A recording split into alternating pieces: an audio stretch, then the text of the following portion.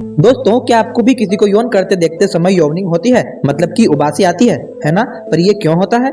यौनिंग ये एक involuntary reflection है, जहां हमारा मुंह वाइडली ओपन होकर लंग्स में बहुत सारी हवा भरता है और उसके बाद एक्सहल भी करता है। यौनिंग ये प्रोसेस ह्यूमन और एनिमल्स में भी होती है, यानी कि अगर आप किसी को यौन करते देख रहे हो तो आपको भी यौनिंग होती है।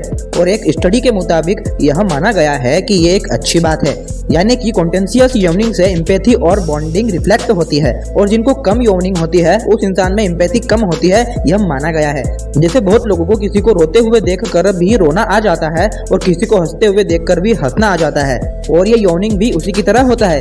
क्या आपको भी यह वीडियो देखकर यौनिंग हुआ? मुझे कमेंट में जरूर बताना।